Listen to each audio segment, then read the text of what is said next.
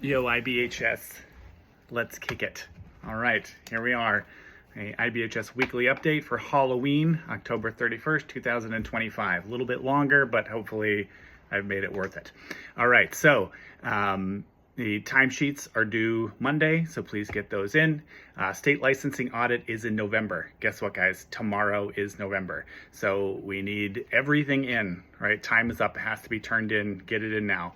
All documentation in, routed, well written.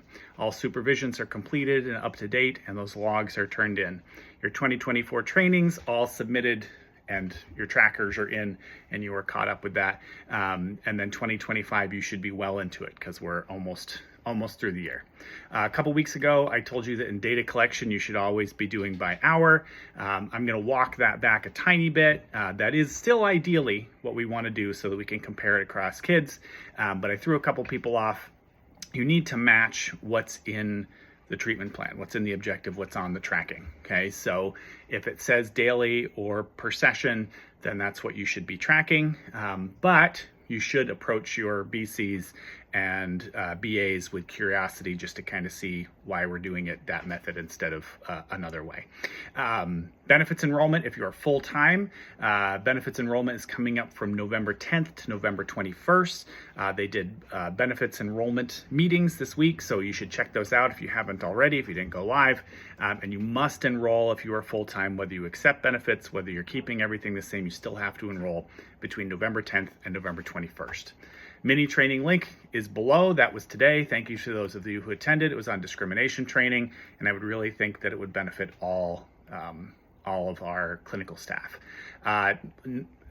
Ashley is going to be out for almost all of November, pretty much just count on all of November and a good share of December. So I need everybody to be on their absolute best documentation and performance behavior. Okay, I'm not gonna have time because I'm gonna be covering a lot of stuff between Gina and Lindsay and Julie and I. We're gonna be, and Jackie, we're gonna be running around a lot trying to cover stuff. So make sure everything's in on time, make sure you're keeping track of your own things so we don't have to chase you down and make sure you're doing everything.